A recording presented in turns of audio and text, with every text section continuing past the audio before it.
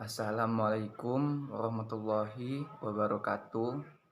Sebelumnya saya izin memperkenalkan diri. Nama saya Heri Irawan, NPM 2021020074, Prodi Hukum Tata Negara Universitas Islam Negeri Raden Intan Lampung. Pada kali ini saya akan mempresentasikan kembali satu atau dua materi yang telah diberikan oleh dosen pengampu saya, Rahmat Ubaidillah Ahror SH.MH, dalam mata kuliah Hukum Pidana, yang mana materi tersebut ialah 1. Pengantar hukum pidana, 2. Tindak pidana. Untuk mengefisienkan waktu, langsung saja ke materi pertama, yaitu hukum pidana. Hukum pidana dalam bahasa Belanda strafrecht, serta dalam bahasa Indonesia sanksi pidana atau hukuman. Menurut R. Susilo, hukuman adalah penamaan bagi semua akibat hukum karena telah melanggar suatu norma kedisiplinan. Menurut Sudarto, pidana adalah penderitaan yang sengaja dibebankan kepada orang yang melakukan perbuatan yang memenuhi syarat-syarat tertentu.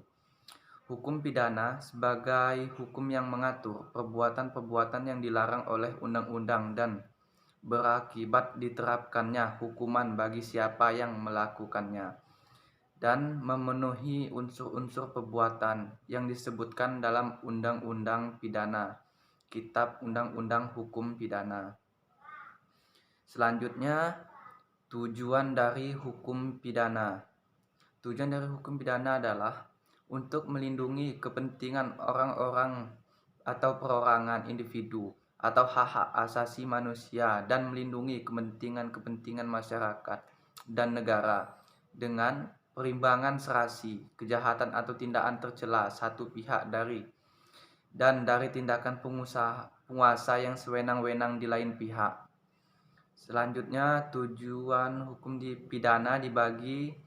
Yang pertama, 1. Menurut aliran klasik, tujuan disusun hukum pidana merupakan sebagai melindungi individu dari kekuasaan penguasa atau negara yang sewenang-wenang. Ciri dari aliran klasik: penerapan pidana merupakan pembalasan, merupakan bukti menjalankan keadilan. Hakim diberi kebebasan yang luas dalam menjatuhkan hukuman. Selanjutnya, pembalasan dalam hukum pidana tidak boleh melampaui apa yang selayaknya diterima oleh pelaku kejahatan. Yang kedua, aliran modern atau aliran positif abad ke-19. Aliran ini dipengaruhi paham determinisme, yaitu paham yang menganggap bahwa manusia tidak mempunyai kebebasan melakukan tindakannya. Tujuan dari aliran ini merupakan memberantas kejahatan agar kepentingan umum, kepentingan hukum masyarakat terlindungi. Selanjutnya, aliran neoklasik. Aliran ini mulai mempertimbangkan kebutuhan adanya pembinaan individu pelaku tindak pidana. Salah satu hasil yang penting dari aliran neoklasik ini adalah masuknya kesaksian ahli di pengadilan untuk membantu juri dalam mempertimbangkan sanksi terhadap pelaku pidana. Sumber-sumber hukum pidana. Yang pertama, kitab Undang-Undang Hukum Pidana, Wetboek van Strafrecht, KUHP, merupakan sumber utama hukum pidana Indonesia. KUHP terbagi dalam 3 buku. Buku 1 bagian umum, buku 2 tentang kejahatan, dan yang terakhir buku 3 tentang pelanggaran. Yang kedua, undang-undang di luar KUHP. Undang-undang ini memuat aturan-aturan untuk tindakan pidana khusus seperti pemberantasan tindak pidana korupsi, kekerasan dalam rumah tangga, narkotika, dan lain sebagainya. Yang ketiga, hukum adat pada daerah tertentu untuk perbuatan-perbuatan yang tidak tercantum dalam peraturan tertulis seperti KUHP atau undang-undang lainnya. Hukum pidana adat masih tetap berlaku sebagai hukum yang hidup, the living law. Yang keempat, jurisprudensi adalah keputusan-keputusan dari hakim terdahulu untuk menghadapi suatu perkara yang tidak diatur di dalam undang-undang dan dijadikan sebagai baru bagi para hakim yang lain untuk penyelesaian suatu perkara yang sama.